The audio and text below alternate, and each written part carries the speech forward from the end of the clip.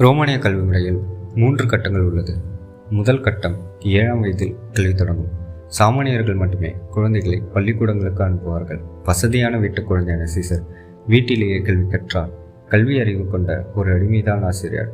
ரோமானியர்களின் Latin மொழியில் வாசிப்பு, எழுதுதல், கணக்கு ஆகியவற்றை பழகினார் சீசர். ரோமாபுரிக்கு அண்டை நாடு கிரேக்கம். கிரேக்க நாகரிகம் மிக பழமையானது. ரோமுலஸ் கிமு 753 ரோமை உருவாக்கிய பொழுது கிரேக்க நாட்டை தான் முன்னோடியாக வைத்துக் கொண்டார். 2ஆம் கட்டம். சீசருக்கு கிரேக்க மொழி கற்றுக் கொடுப்பதற்காக பிரத்யேக கிரேக்க அடிமை நியமிக்கப்பட்டார்.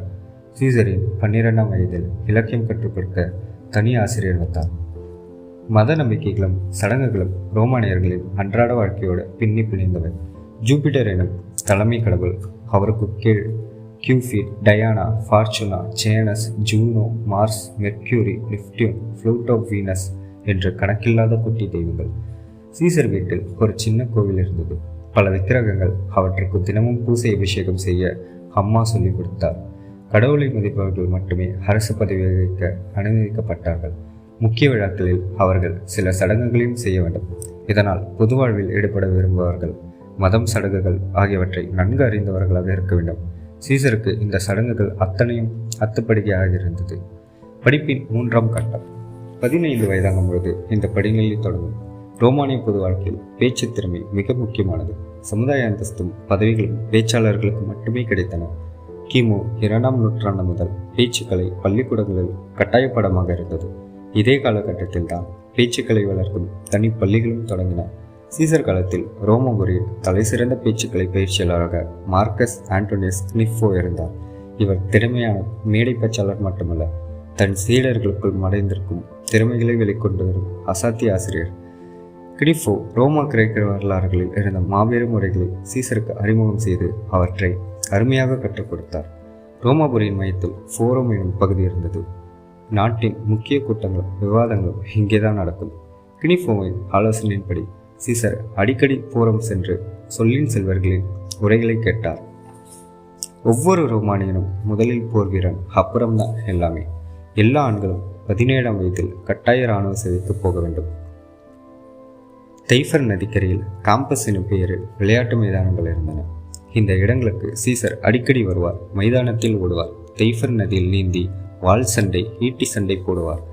குதிரை சவாரி சீசருக்கு மிகவும் பிடித்த விஷயம். குதிரையில் அவர் பல சாகச காரியங்களில் ஈடுபடுவார்கள்.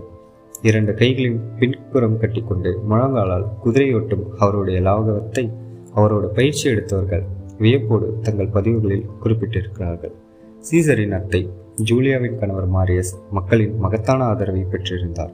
ஒரு குக்கிராமத்தில் ஏழை குடும்பத்தில் பிறந்தவர். தன் திறமையாலும் கடும் உழைப்பாலும் சிகரங்கள் தொட்டவர். வசதி குறைந்தவர்களுக்கு வாய்ப்புகள் கொடுத்து அந்த திறமை துகங்களை சுடர்விட வைப்பதில் அளவில்லா ஆர்வம் கொண்டவர். உறவுக்கார பையன், மகா திறமைசாலி என்று பல காரணங்களால் அவருக்கு சீசரிடம் அன்பு, பாசம். இந்த பையன் பெரிய ஆளாக வருவான் என்று அவருடைய உள்ளுணர்வு சொன்னது. சீசரை பொது வாழ்வில் அரங்கேற்றவும் அவருடைய வளர்ச்சிக்கு உதவுவோம் சீசரின் பெற்றோரிடம் மாரியஸ் உறுதிமொழி தந்தார். கேயஸும் அம்ரேலியாவும் தன் மகனின் எதிர்காலத்துக்கு மாரியஸை தான் மலை போல நம்பினார்கள். ஆனால் ரோமில் வந்த சில மாற்றங்கள் அந்த மலையை நிலைக்குலைய செய்தனர். கிமு 91 சீசருக்கு வயது 9. ரோம சாம்ராஜ்யத்தில் சமூக போர்கள் எனும் உள்நாட்டு போர்கள் தொடங்கின. ரோம் நகரத்துக்கும் இத்தாலியின் சில பகுதிகளுக்கும் இடையே நடந்த யுத்தங்கள் இவை. அப்போது ரோமுக்கு சுல்லா என்பவர் கான்சலாக இருந்தார். போர்க்கடி தூக்கிய பல பகுதிகள் மீது படையெடுத்து கிளர்ச்சியை அடக்க செனட் முடிவெடுத்தது. போர் தளபதியாக தேர்ந்தெடுக்கப்படுவது மிகப்பெரிய கௌரவம். ஒவ்வொரு குடிமகனுக்கும் ஆவலோடு எதிர்பார்க்கும் வாழ்நாள் வாய்ப்பு இது.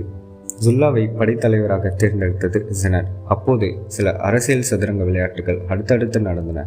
இன்னொரு குழுவினர் மாரியஸ் மட்டுமே கிளர்ச்சியை அடக்க முடியும் என்று குரல் எழுப்பினார்கள். இறுதியில் மாரியஸ் தான் என்று செனட்டால் முடிவெடுக்கப்பட்டது. இந்த முடிவை சுல்லா ஏற்கவில்லை. படையின் பெரும் பகுதி அவர் சொல் கேட்க தயாராக இருந்தது. அவர்களோடு கலவர பகுதிகளுக்கு போனார். கிளர்ச்சியை அடக்கினார். இப்பொழுது தொடங்கியது கோஷ்டி சண்டை. மக்கள் மன்றமான செனட்டின் முடிவை ஏற்காத சுல்லா தேச துரோகி, அவரை அடக்க வேண்டும் என்று ஆணை பிறந்தது. சேனையின் பெரும்பகுதி சுல்லாவிடம். மாரியஸ் என்ன செய்வார்? ரோமில் இருந்த சொற்பப்படையினரை திரட்டினார். இதற்குள் தன் படையை ரோமாபுரி நோக்கி திருப்பினார் சுல்லா. தந்தை நாட்டின் மீது தாக்குதலுக்கு தயாரானார். ரோமானியர்களும் மோதிக்கொண்டனர். உறவுகள், நண்பர்களின் இரத்த வெள்ளம் பிறந்த மண்ணில் கலந்து ஓடியது. போர் அனுபவம் அதிகமில்லாத மாரியஸின் படையால் சுல்லாவின் வீரர்களுக்கு ஈடு கொடுக்க முடியவில்லை. மாரியஸ் ஆப்பிரிக்காவுக்கு தப்பி ஓடினார். ரோமில் சுல்லா ஆட்சிக்காலம் முடிந்த பிறகுதான் திரும்பி வந்தார். ரோமுக்கு திரும்பி வந்த மாரியஸ் தான் சீசரை பொது வாழ்வில் அறிமுகம் செய்வதாக கொடுத்திருந்த வாக்குறுதியை மறக்கவில்லை. மாரியஸின் ஆதரவாளரான சுன்னாதான் இப்பொழுது கான்சல். அவரிடம் மாரியஸ் பேசினார். யாருமே எதிர்பார்க்காத முடிவை இருவரும் எடுத்தார்கள். பிளாமண்டியாலிஸ் எனும் பூசாரி பதவிக்கு சீசரை நியமித்தார்கள். கொடுத்த வாக்கை காப்பாற்றுவதற்கு வந்தது போல் மாரியஸ் சில மாதங்களில் நோய்வாய்ப்பட்ட பிறகு மரணமடைந்தார். மாரியஸ் நினைத்திருந்தால் அரசியல் முக்கியத்துவம் கொண்ட அரசு பதவி எதை வேண்டுமானாலும் சீசருக்கு வாங்கி கொடுத்திருக்கலாம். ஆனால் சாதாரண பதவியான பிளாமண்டியாலிஸ் வேலை ஏன் கொடுத்தார் என்று கேஎஸுக்கும் அம்ரேலியாவுக்கும் புரியவில்லை. இந்த பதவி கிடைத்ததில் அவர்களுக்கு திருப்தியும் இல்லை. ஆனால் சீசரின் வருங்கால நன்மைக்காகத்தான் மாரியஸ் இதை செய்திருக்க வேண்டும் எனும் நம்பிக்கையோடு சீசரை பதவியேற்க சொன்னார்கள். பிளாமண்டியாலிஸ் பூசாரிகள் ஜூபிட்டர் கடவுள்களின் சேவைக்காக அரசாங்கத்தால் நியமிக்கப்பட்டார்கள். ரோம் நாட்டில் மொத்தம் 15 பிளாமண்டியாலிஸ் உண்டு. ஒருமுறை நியமிக்கப்பட்டால் இது நிரந்தர பதவி. யாரும் அவர்களை நீக்க முடியாது. அவர்களே விரும்பினால் வேலையில் இருந்து விலகி வேறு தொழில்களுக்கோ வேறு வேலைகளுக்கோ போகலாம். அன்றைய ரோம் சமுதாயத்தில் கோவில் பணி மிக உயர்வானது.